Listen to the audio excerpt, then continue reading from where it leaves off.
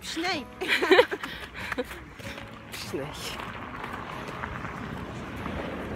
Қыз деймін да, андай кезең бір бала сияқты болып кетесің, кішкентай бала сияқты. Сказкаға сені. Ойнағың кеп, аққалар жасайды. Сәлем достар, сіздермен Назгүл Назар, менің арнама қош келдіңіздер. Бүгін Алматыда ауа райы сондай ғажап, екінші күн борап қар жауып жатыр, және де менің ойыма бүгін сондай бір жақсы идея келіп тұр. Желтоқсанның соңына қарай барлығымыз өзімізге есеп бере бастаймыз, яғни осы жылы қандай мақсаттарға жеттік, өзіміздің жылдың басында жасаған тізімнен қандай нәрселерді орындадық деген сияқты. Және де соған орай мен бүгін 2017 жылы қандай нәрселерден бас тарттым деген сияқты видео түсіргім келіп тұр. Бірінші, мен биыл бас тартқан нәрсе, ең біріншісі ол комплекстер. Комплекс деген нәрсе жалпы мектеп кезінде менде көп болатын. Бірақ бір қызығы ол комплекстер менің тұлға ретінде дамуыма, немесе шығармашылық жағынан бір өрлеуіме ешқандай бір қатты әсерін тигізбейтін. Дегенмен бір сондай болмашы сәттерде бір ұялып, бұғып, қорқып қалуға сондай бір өзінің кері әсерін тигізетін. Сондықтан биыл мен түбегейлі өзімнің психологиямды, өзімді өзгертейін деп комплекстерге сондай қарсы жұмыс жүргізе бастадым. Мен өзіме жақсы аффирмациялар, жақсы психологиялық тұрғыдан установкаларды айтып, өзімнің комплекстерімді жеңдім десем болатын шығар. Дегенмен әлі де жұмыс істеу керек. Сондықтан комплекс деген бізді шығармашылық жағынан болсын, өзіміздің ішкі даму жағынан болсын, шектейтін сондай нәрселер. Сондықтан сіздерге де кеңес берем арылуға барлығынан. Сонымен бірге 2017-де мен әлеуметтік схемалардан бас тарттым.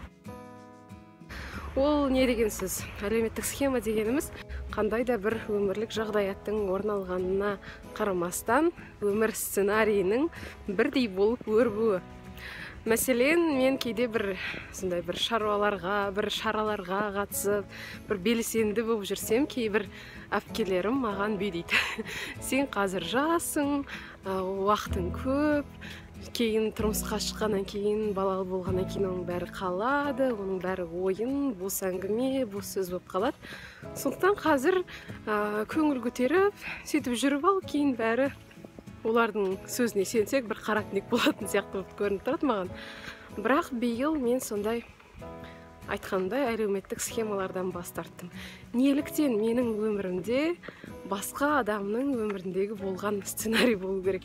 Мен индивидпін, мен тұлғамын, мені Құдай осылай бір ғана экземпляр етіп жаратқан, сондықтан менің өмірім басқа, басқаның өмірі басқа.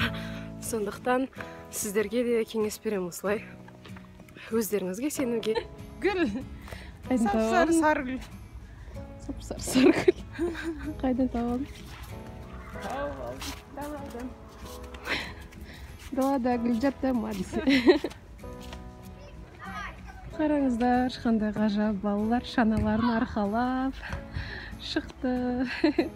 Қазір айт.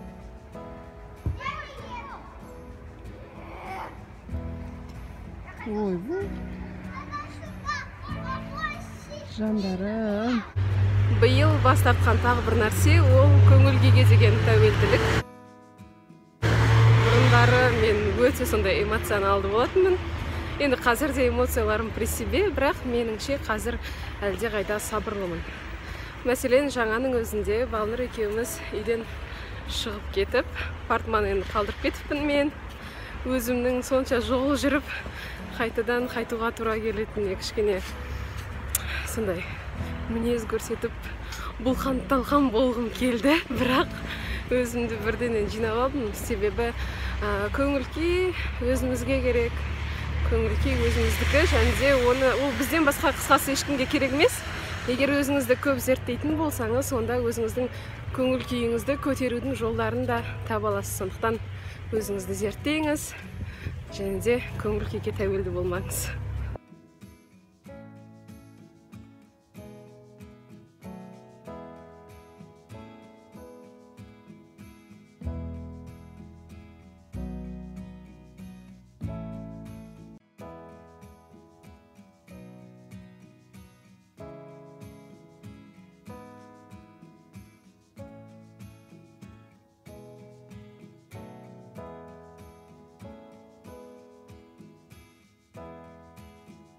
Биыл бас тартқан тағы бір нәрсе, ол шығармашылық адамның образы.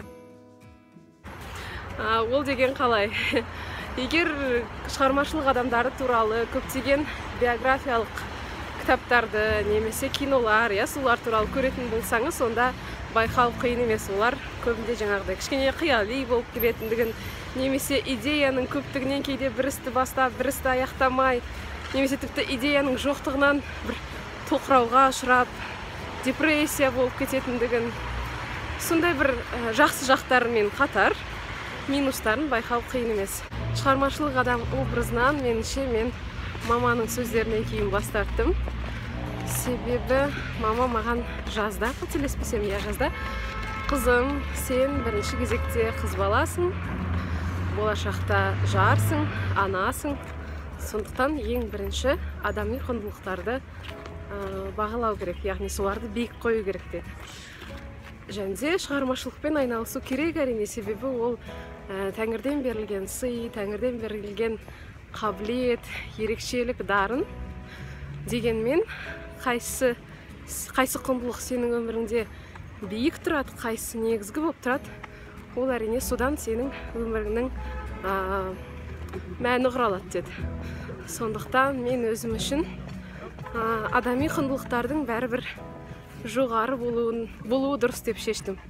Бірақ шығармашылық қашанда менімен.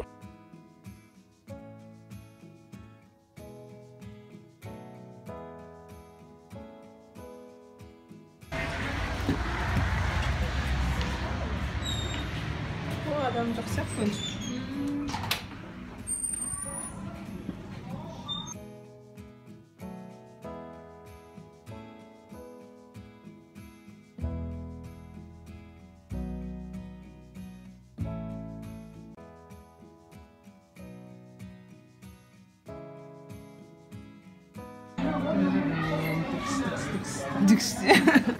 Мен биыл бас тартқан тағы бір нәрсе, ол қажетсіз бас қосулар, қажетсіз шаралар. Негізі өзім табиғатым бойынша интроверт емес, экстраверттім, яғни ашықпын, жаңа таныстықтар болсын, достар болсын, шаралар болсын.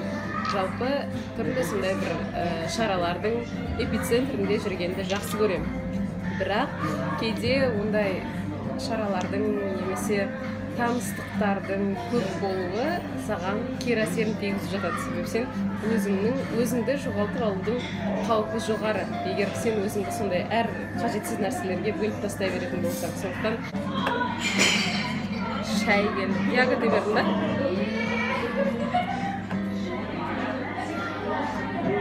Күшті болып жатыр.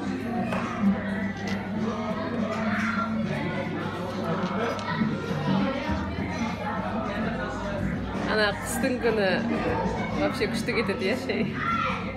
Әсіресе осылай сырттан тоңып келген кезде.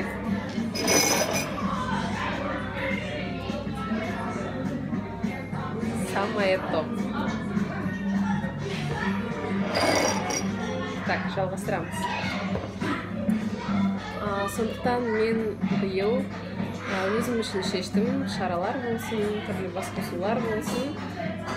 Барлық нәрсеге үлкен талғаммен қараймын, және де сол талғамға орай барамын, қатысам, және де сол қысқасы. Балдар демала тұрсын, Инстаграм көріп отырып, шай іше тұрсын. Биылдыққа бас тартқан тағы бір нәрсе, ол шағым айту. Өмірге болсын, адамдарға болсын. Өкпені азайту, ренжу, оны біреуге айту, шағымдану. Байқасаңыз, осының барлығы ешқандай нәтижеге алып келмейді. Тек қана сіз мысалы негативпен бөліссеңіз, ол негатив еселенеді одан сайын. мен осыны түсіндім, сондықтан меніңше осы нәрсені тежеген сияқтымын, тоқтатқан сияқтымын. Ал керісінше сіз позитивті настроймен болсаңыз, мына балалар, қысқасы позитивті настрой сіздің өміріңізде позитивті нәрселердің көптеп болуын қамтамасыз етеді.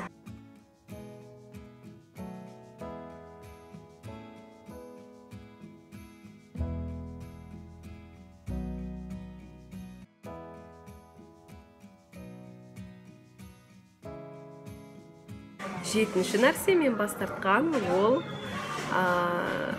өсек айту. Ол да осы 6-шы пунктқа өте ұқсас. Яғни біреуді жамандау, ғайбаттау, өсектеу де ешқандай сізді абыройға алып келмейді. Оны біреуге бөліскенмен тек сіздің энергияңыз кетеді, тек сіздің уақытыңыз кетеді. Болды, бар болғаны сол. Ал сіздің өсегіңіздің, ғайбатыңыздың, жамандауыңыздың объектісіне түкте болмайды. Сондықтан меніңше, егер сізде иногда грешите өсек айту, онда оны тоқтатқан жөн.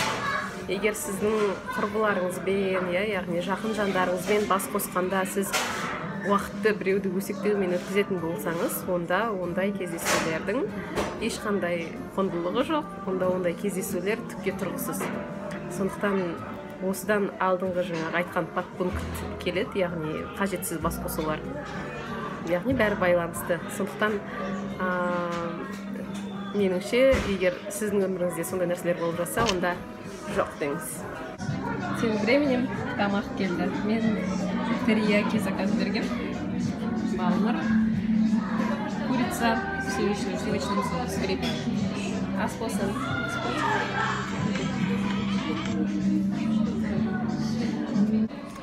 Достар, сіздерге бүгінгі видео ұнады деген ойдамын. Өте үміттенем. Егер расында ұнаған болса, онда мені қалай қолдау керектігін білесіздер. Және де арнаға жазылыңыздар. Менің жаңа видеоларым сіздерге хабарлама болып түсіп тұрсын десеңіздер, онда астында қоңырау бар, соны басыңыздар. Сол.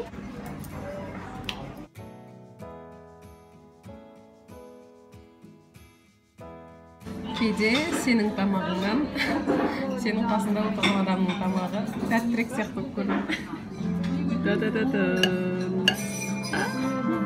Алмаймын дейді маған.